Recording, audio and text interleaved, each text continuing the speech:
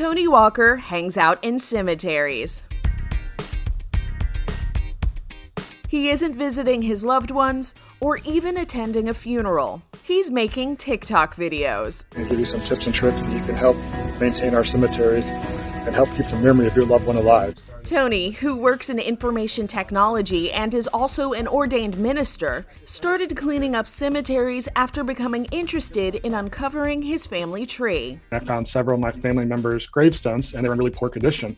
And I was like, well, somebody should do something about this. And I'm like, oh, well, I am that person that should do this. This is my family. I should take care of this. I'll let it sit for about 15 minutes. I'll come back and scrub it and rinse it. Tony researched the proper ways to care for old headstones and got to work. And I fixed all my family's headstones, and I looked around, and there's all these other headstones that are in poor condition. And I was like, well, I should just start working on those too. Some people think of cemeteries and they think of grave sites as being morbid, but you don't treat it that way. I think of cemetery as a place to remember people, a happy situation. So I look at a cemetery as when I'm going there, I'm not there to be sad. I'm there to celebrate this person's story and to celebrate their life. So I think of it as like a park, and it's someplace that's peaceful that I can go to. We're going to epoxy this back on and fill this crack in.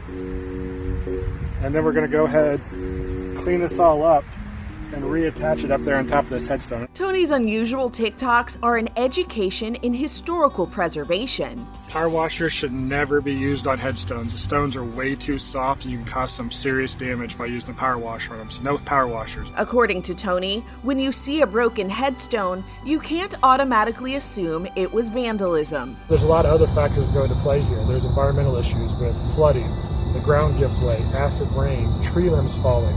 Those all play a big part in the destruction of these headstones. Before you rush out to your local cemetery with a bucket and a brush, Tony has a few pieces of advice. You should always check with the cemetery, even if it's one of your loved ones and you're doing something significant to it.